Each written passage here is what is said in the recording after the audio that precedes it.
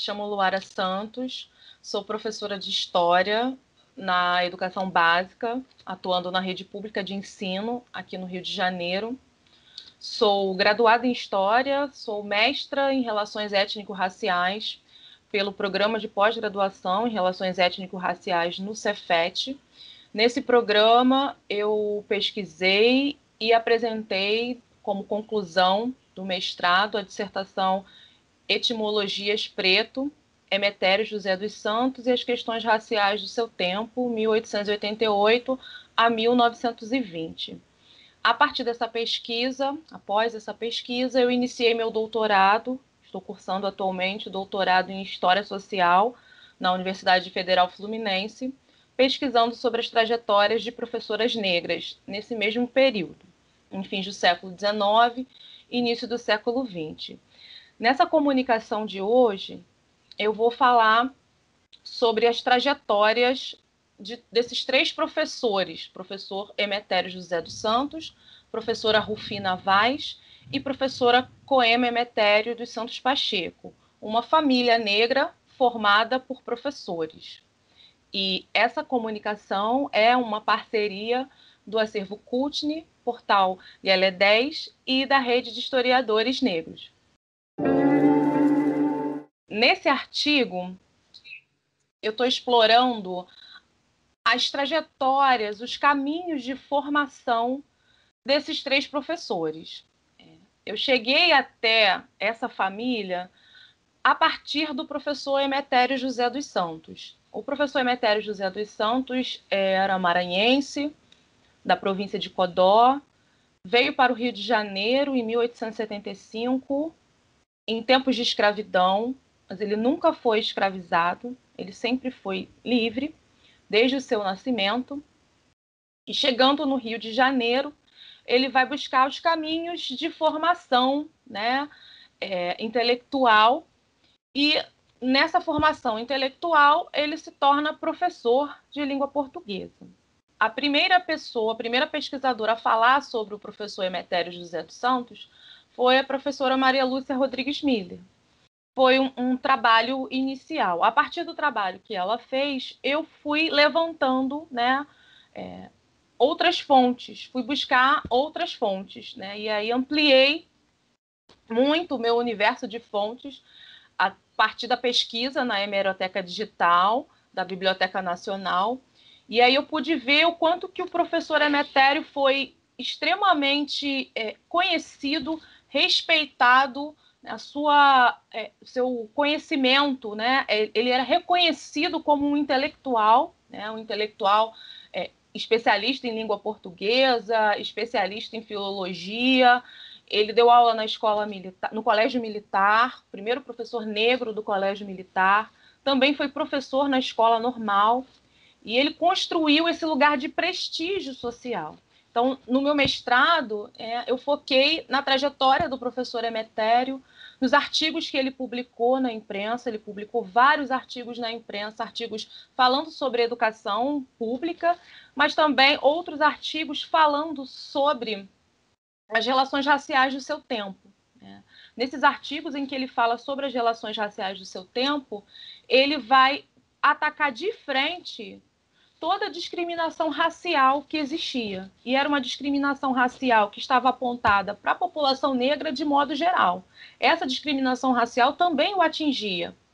Eu localizei em diversos periódicos muitas publicações racistas contra ele, situações de racismo relacionadas à família dele, né? Então, uma família de pessoas letradas, escolarizadas, que dominavam todos os códigos da cultura letrada do seu tempo, e a figura desse homem negro que dominava plenamente todos aqueles códigos e era reconhecido como alguém, como um intelectual. Ainda assim, ele foi alvo da discriminação racial. E quando ele escrevia os seus artigos na imprensa, e ele publicava esses artigos nos diversos periódicos da cidade, inclusive em jornais de grande circulação, como O País, né?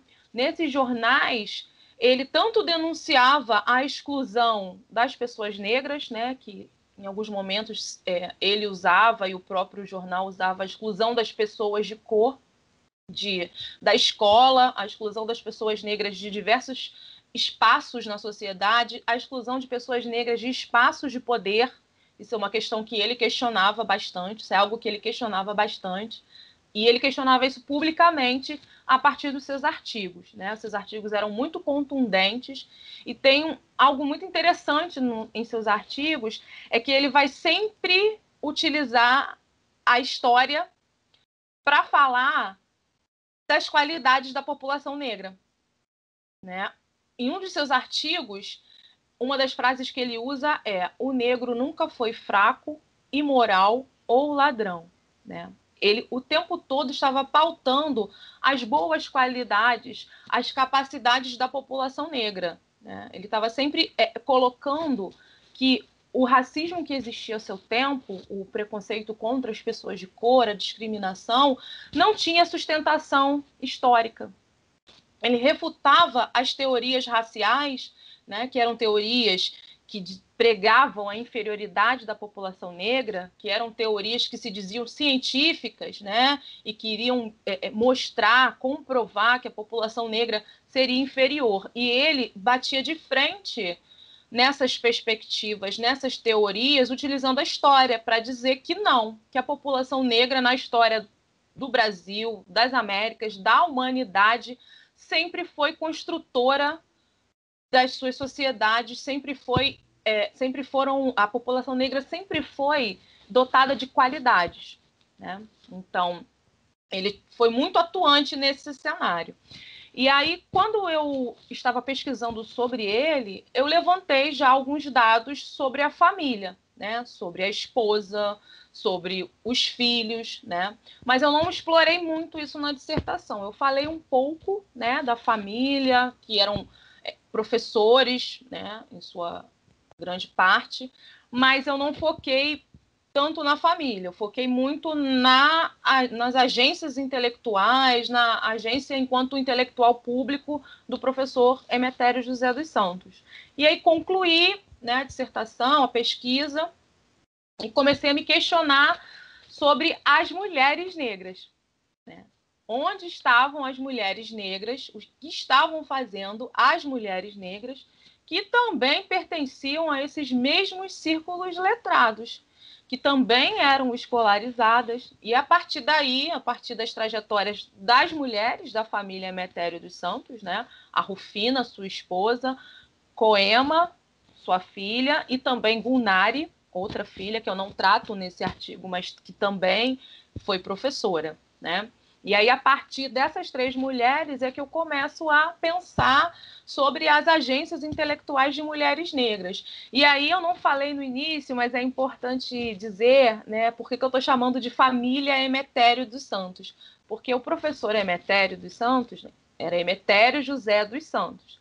E quando ele se casa com a Rufina, que era Rufina Vaz Carvalho, e quando eles têm seus filhos, o professor Emetério transforma o seu nome em sobrenome para toda a família.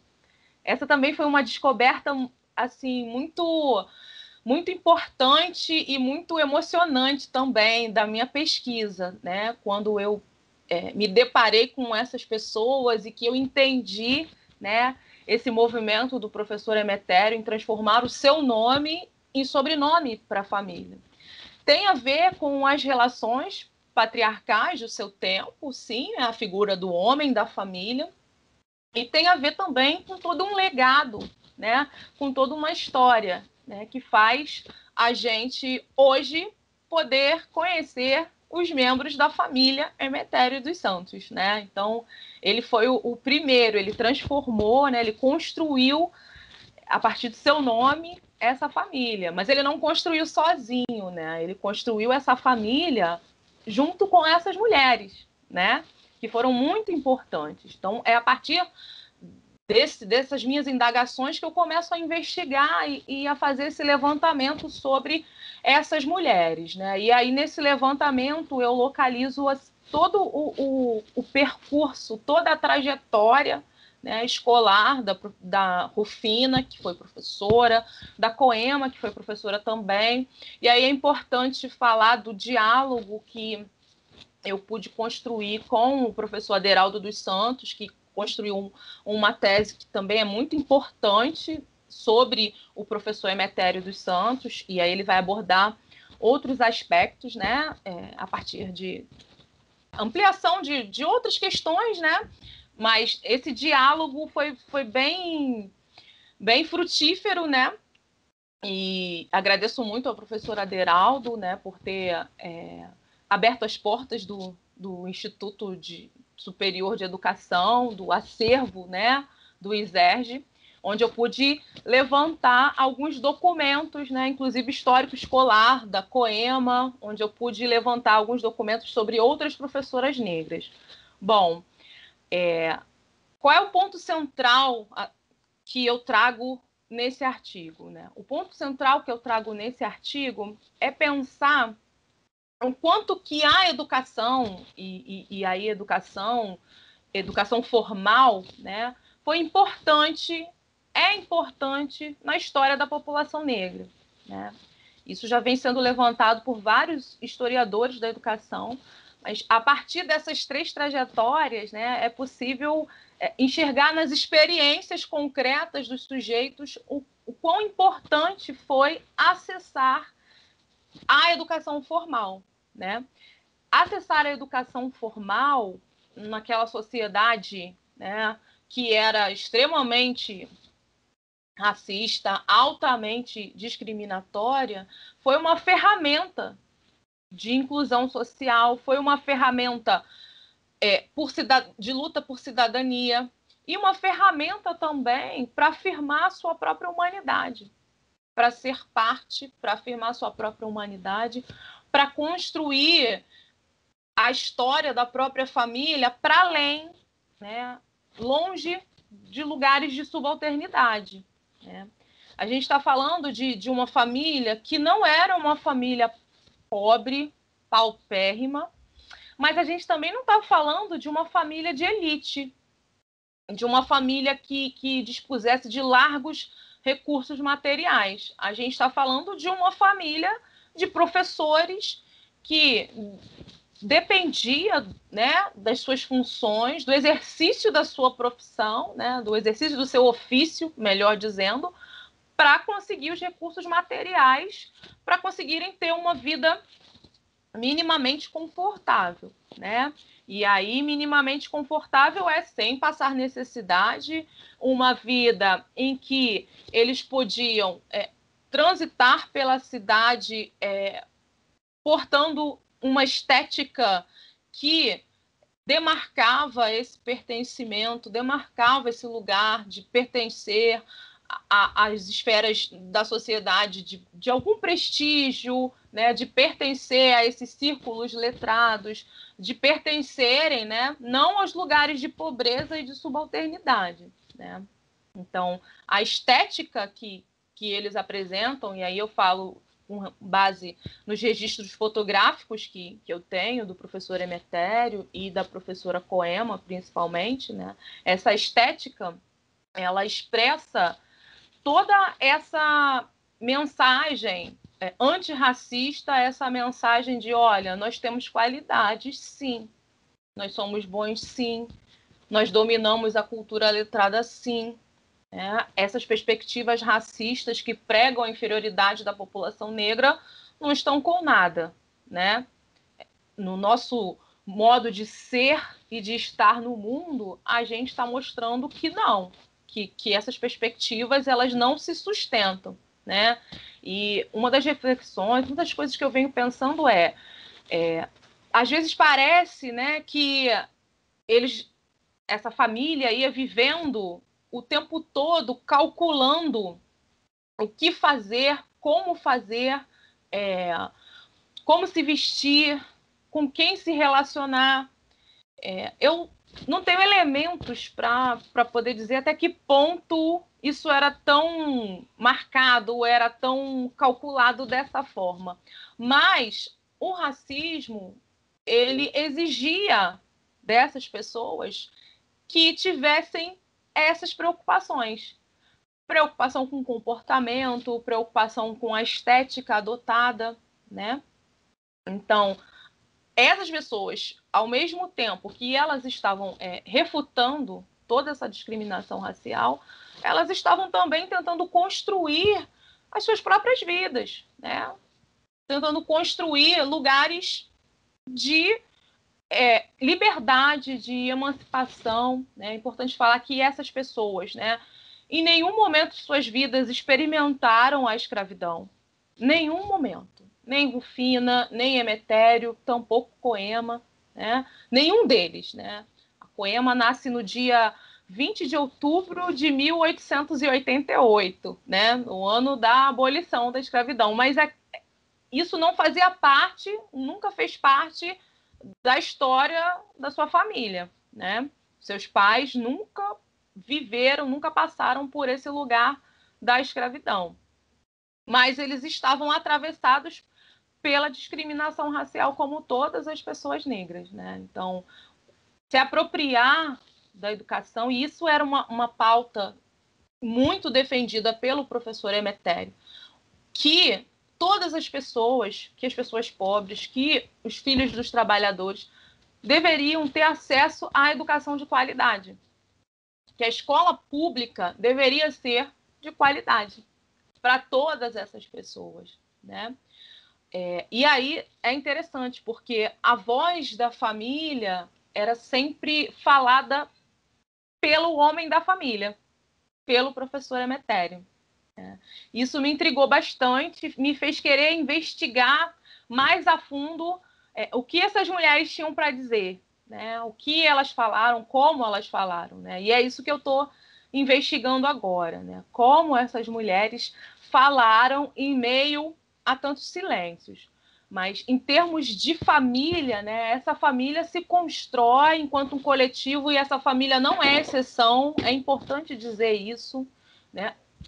Havia outras famílias negras escolarizadas que frequentaram a escola por outros caminhos e outras mulheres negras que se formaram professoras, que acessaram a escola normal, né, que era o locus de formação, né, que era o ponto máximo que as mulheres, né, poderiam acessar em termos de... conseguiam acessar no que diz respeito à educação formal, né? Então, ser uma professora diplomada era o ápice a que uma mulher poderia chegar em termos de formação e em termos de ofício também, né? Porque para as mulheres negras, para as mulheres da família Emetério, não se tratava simplesmente de obter um diploma, uma diplomação como uma forma de distinção social meramente, como, né, a gente já falou aqui, como eu já disse, era um meio de sobrevivência também, um meio de obter recursos materiais, né? Então, o professor Emetério foi professor na escola normal. Um pouco antes, a Rufina passa pela escola normal também, a escola normal, né? A Rufina passa pela escola normal enquanto uma mulher casada, mãe de filhos pequenos, né? E aí há uma interrupção nessa trajetória escolar, né? Que não se sabe exatamente por quê, mas suspeito que tenha relações com a maternidade de 3 crianças pequenas, né? E conciliar com os estudos na escola normal. Talvez não tenha sido tão simples assim. Mas a Rufina consegue se formar, consegue obter o diploma, consegue se tornar professora pública primária, porque se formar, se diplomar na escola normal era um caminho para conseguir essa colocação no serviço público. E essa colocação no serviço público era a possibilidade de alguma segurança material. As professoras, quando elas se tornavam catedráticas, que era, né, o grau máximo da profissão, elas se tornavam diretoras escolares. Quando elas se tornavam diretoras escolares, elas tinham direito à residência em imóvel cedido pela prefeitura, né? Então, ser professora, ser diretora de uma escola pública municipal, né, era a possibilidade de estruturar a vida material de toda a família, né? E o professor Emetério, enquanto professor do Colégio Militar, enquanto professor da Escola Normal, né, também estava ali construindo tanto a sua agência intelectual quanto também os meios de sobrevivência. E é muito interessante que, né, esses três, eles trabalhavam bastante, assim, né? O professor Emetério trabalhava de manhã no Colégio Militar, à noite na Escola Normal. A Rufina trabalhava como professora e diretora, né, na escola pública primária. Coema, assim que se forma, vai trabalhar na Escola Normal junto com o pai. Aos 22 anos de idade, ela se torna professora de língua portuguesa, assim como o pai, na Escola Normal. E é importante dizer dessa parceria entre os dois, que foi uma parceria de pai e filha e uma parceria intelectual, né? E que essa parceria intelectual ficou muito evidente quando eles atuaram juntos na Escola Normal, no curso noturno, né? E uma das passagens que eu exploro nesse artigo é o momento em que, né, a Coema é impedida de avaliar suas alunas na Escola Normal sem qualquer justificativa, né? E aí quem vai para a imprensa, quem vai para as autoridades, inclusive chegando ao próprio prefeito da cidade, é o pai, é o professor Emetério, é a voz masculina da família, né? A Coema, ela é impedida de falar, né? Ela é impedida de ter voz, ela é impedida de exercer o seu lugar de autoridade como professora, né, na escola normal, no momento da avaliação das suas alunas, e ela também não toma a palavra no momento de se defender, né? Quem vai defendê-la é o pai, né? E aí isso dá para a gente pensar muitas coisas que não cabem aqui nessa discussão agora, né? Mas o importante é o quanto essa família se construiu coletivamente e essa família negra de professores esteve também em contato com outras famílias negras, famílias letradas, professoras também, né? Professoras negras também. Eu conto essa história, estou contando essa história na tese, mas é uma história de uma família que não é exceção, de pessoas que não são a exceção, né? É importante marcar isso. A gente tem, sim, uma história de exclusão da população negra do espaço escolar, mas isso não significa que a população negra não tenha conseguido adentrar o espaço escolar. Conseguiu, e essa foi uma das suas lutas, né? E conseguir adentrar o espaço escolar, demarcar esse lugar, não só de aluno, como da autoridade de professor, e construir esse lugar de professores negros, autoridades intelectuais que estavam ali formando as futuras gerações. Então, ao mesmo tempo que eles estavam construindo um legado familiar, né, para sua própria família, eles também estavam atuando na construção desse legado da educação para outras famílias trabalhadoras que acessavam essas escolas, que conseguiam acessar, porque esse período em que eles foram professores, que é o período da Primeira República, né, os estudos mostram, né, o quanto que havia desigualdade, havia exclusão de vários espaços, inclusive da escola.